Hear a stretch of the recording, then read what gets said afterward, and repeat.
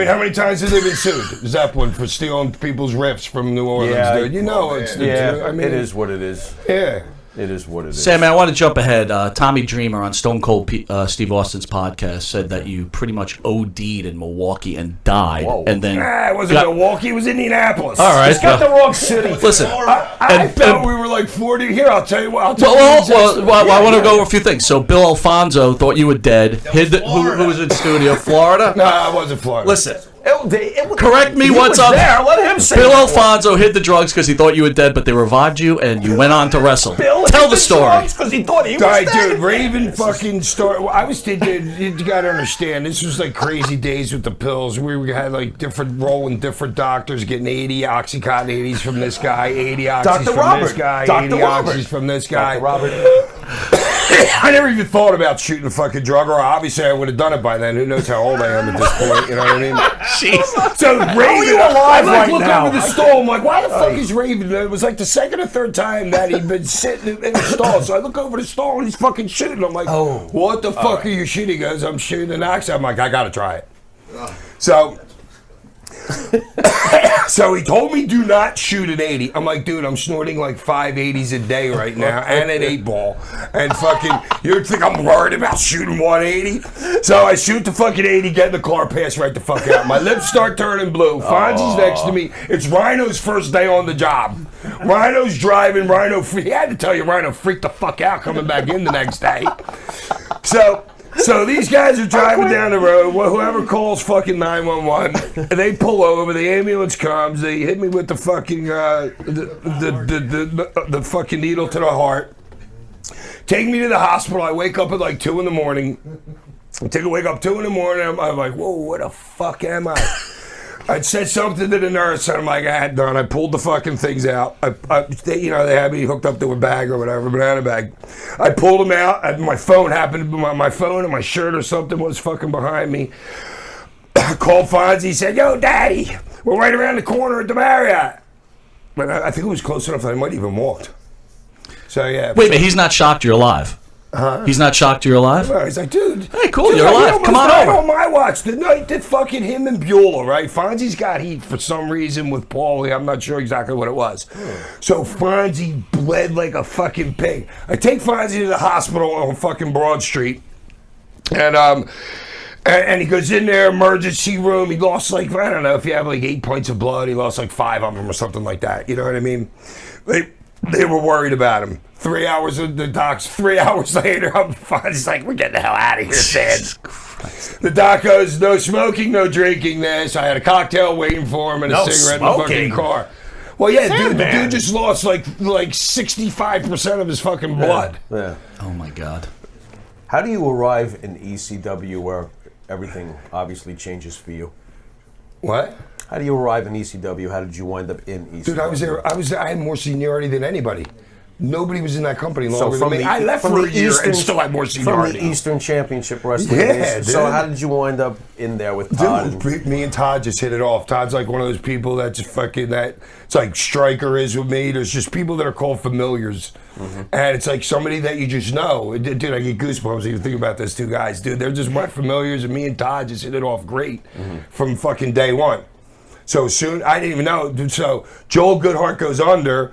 Todd and Lex and Bob Ortiz buy the belts for like 10 G's or something, and then Todd, so they're like kind of like partners. And Todd tells me to come down and see him in his fucking office, and he's like, I'm going to make you my champion. I'm like, nice. Yeah. Wow. So then I get bored. Okay, let me tell you this story. So we used to wrestle when Todd first took over. I couldn't wrestle at the place we were because it was called Market Street East. And it was good. They had a great piano bar there. So I was there on a night that we weren't wrestling, you know what I mean? I was there with my buddies, and fucking Peaches was with me. It was because it was early with her. And I did something, I'm a drunken idiot or whatever, and I fucked with the manager, this chick manager. So then when I go to wrestle there the next week, she goes to Todd, no, you can't wrestle. And then I guess Todd paid her off or something, because the next month I was wrestling. How was it? I think I might have had to apologize to her. Oh. How was it working with your wife? Was that a pain in the ass, or was it good? Dude, I was so young. I was like, you know what I'm saying? You just don't even know, because you don't even know better because you've never done it. You know what I'm saying? So, I mean, it was fine. Okay. I liked it. Her and my son Tyler my oldest son they would come down with, they would take the hour drive down into Philly for me to go to wrestling school every night and the hour back with me. 4 nights a week. In ECW at Dawn Marie, Francine, Beulah, Sonny, Jazz. In your opinion, who's the biggest hoe? The biggest hoe? All right, dude. Next. What the hell? I don't need to make somebody look bad to make myself look better. A great lesson that everybody in this room should learn in life. You don't have to make somebody look bad to make you look good. There you go, brother. How about your opinion on Paul Heyman, if I can get one? Dude, I wouldn't be here if it wasn't for fucking him, dude. My brother was like Paul Heyman. He believed his own shit. He couldn't tell the fucking truth. So I knew Paul Heyman before it was my brother, you know what I'm saying? So, but I didn't care. The guy was putting me over, coming up with great ideas and shit like that, dude. My career's taking the fuck off. All right, he owed me some money at the end, but luckily I had always made money before. I was making $75,000 a year the first day when I started wrestling school, you know what I'm saying? So.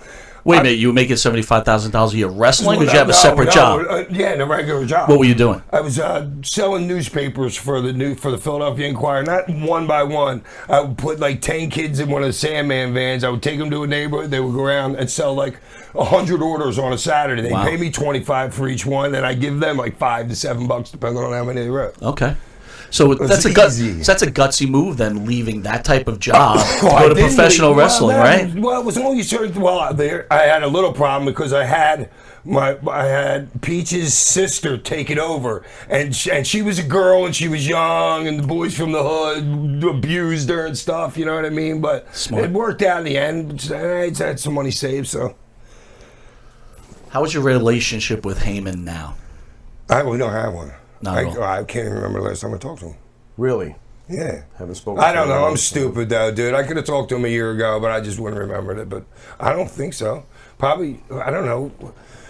Was he there in 2008 when I left WWE? I guess that would have been the last time. Wow. Long time. It's a long time ago. As you said, you were there from the beginning with ECW. Ironically, your first championship, when it was still Eastern Championship Wrestling, I believe, was against Don Morocco. Can we get some memories of my personal favorite? Yeah, I'll tell you, fucking great memory. Magnificent the Morocco. finish is Morocco puts me up for the fucking. He did like a tombstone or something then, right? Like an inverted pile driver, whatever the fuck it was called.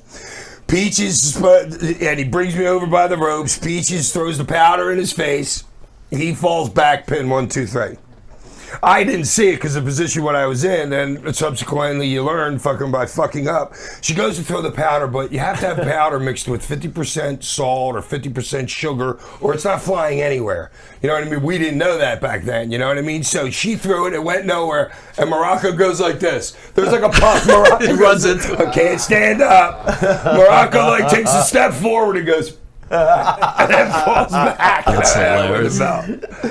I know you expressed fondness for Todd Gordon. How did you develop the Sandman gimmick and in-ring approach, and did Todd have much to do with that? Well, yeah, Todd took me from the surfer thing to fucking him saying to Paul, because Paul didn't believe in me at first, and he was like, Todd told me, he goes, Paul's like, hey, I know he's your boy and shit, but he ain't got it. Well, and then Todd's like, well, no, just let him go out there and be him. And next thing you know, it's the beers, the cigarette, Nancy, bam, it's off to the races then. Do you think Vince was afraid of your gimmick? What do you mean afraid? I don't think Vince is afraid of much, dude. Yeah, well, New Jack expressed that he was afraid of him. I just wondered if your gimmick was a little too much for Vince, even though Vince was ridiculous. I guess not safe. How about I wonder, any thoughts on Vince McMahon? No, he was cool a couple times I talked to him. So he was, okay. I was going to ask you to compare Vince to Paul Heyman, your experience. Nah, when I talked to Vince for fucking 30 seconds. 30 seconds. Oy. You mentioned Nancy. Thoughts on Nancy and Yeah, Chris Benoit? She taught me so much. Freaking Nancy taught. Well, because you got to understand, Kevin Sullivan's going to take the book down in freaking WCW or whatever. I'm pretty sure. Yeah, WCW. And he goes to me, pulls me aside. He goes, listen, I'm leaving my wife and she's going to start coming out with you. And he gave me a couple pieces of advice. He said something like, he goes, dude, promoters will love you because you fucking, you can lose every single night of the week and get over more than the guy that beat you. Mm-hmm. And I was like, love it. And that's why me and Dreamer would fight over who would win, dude. I've literally lost like 80, maybe even more than 80% of my matches. I would never win, ever. Because you're working with Sabu. He don't want to do a job. He don't want to do a job for you. Shane, Shane, he don't want to do a job for you. Sabu. Damn, Shane. Shane. Well, you got Poor guy. Sabu. These guys are taught by, do you know what I mean? I thought you were reasonable. What's going but on I can here? understand it totally. Because, you know, the Sheik's teaching Sabu. He's like, no, you don't do a job for fucking anybody. Can I ask? I know you can decline if you wish. So what were your thoughts when you heard about what Benoit? Dude, obviously I was fucking shocked. Okay. Dude. Yeah, I liked Chris a lot. I mean, everybody liked Chris, but, you know, shit happens. Were you surprised? Did you see anything coming that way? Like, you know, just out of the blue. Yeah, no. Okay. You obviously watched the entire transformation of Eastern Championship Wrestling to Extreme Championship Wrestling. Did you know at the time what sort of impact this company would ultimately have on the business? No, dude, I would have appreciated it more and I would have treasured it more if I did. You know what I'm saying? We're just rock starring it the fuck out. You know what I mean? Straight rock stars, dude. Sure. That's how we are. You know, you're not thinking about how, you know, what your place is, but I'll tell you what, I do remember when we started making Japanese magazines and I was like, all right, dude, we got something here. Something's You know going what on. I'm saying? Yeah. Yeah. You held ECW Tag Gold with our good buddy Too Cold Scorpio. I wanted to get your thoughts on tag wrestling versus one-on-one competition. Do you have a preference? Yeah, probably one-on-one more than tag, especially the way tags are being done now. Where there's like 8,000 moves, nobody sells anything. You don't even have to tag in AEW. Dude, I didn't even notice that when I watched. I don't know, because to me, I was telling, who the fuck was Pat? Was I telling you that freaking, when I think we were watching. Hey, Pat, how are you? Pat, what's going on? But we were drunk. Who spun the guy to pull the hair to make sure that the ref actually didn't say it? Was that me and you talking about that last night? I can't remember. That was drunk. Yeah, but like it was, but it was actually, but you know, it's just weird because I noticed. I'm like, wait a minute, did you see somebody actually spun so the ref didn't see when they cheated? Right. It's like a joke. They see everything. You had many different angles in ECW. We were talking about Vince being scared. Do you think that whole Vince crucifixion? wasn't scared of shit, dude. He had Paulie in his pocket the whole time, way earlier than anybody even fucking knew. Right. What did you feel about the crucifixion angle? Dude, I loved it. What are you kidding Do it me? again! I made it. I made the cross, dude. You know the Really? dude. You know the freaking who was it? The scaffold match with Dreamer on the chain swinging. I built that whole thing and put it up there myself. Dude, so the cross thing, we get back in, we come back through the curtain. I'm loving it. Everybody's just like standing there like that. And I don't even know who the fucking Kurt Angle is. That's what I was about to ask you. Like, I you're don't like, even know who the fucking dude is. When I walk like 20 feet, there's a circle. Here's Todd, here's Paulie, here's Shane, here's Kurt, and there might have been somebody. Oh, Raven. And I'm like, no, do not fucking do it. I don't fucking care. Do not go out there and fucking apologize. I'm going to be pissed. I was very adamant about that, dude. And